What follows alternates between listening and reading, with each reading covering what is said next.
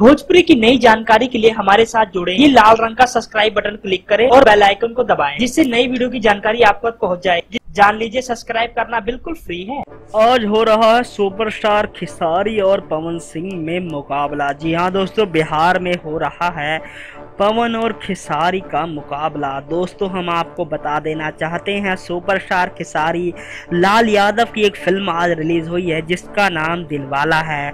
Superstar Pawan Singh की film release हुई थी एक हफ्ता पहले जिसका नाम चैलेंज था, जिसमें मधु शर्मा का जलवा था सुपरस्टार पवन सिंह के साथ। तो दोस्तों, सुपरस्टार पवन सिंह की फिल्म रिलीज हुई है, सुपरस्टार खेसारी की रिलीज हुई है। दोनों फिल्म आज बॉक्स ऑफिस पर धमाल मचा रहे हैं। देखते हैं दोस्तों, बॉक्स ऑफिस की दुनिया में कौन ज्यादा धमाल मचा पाएगा।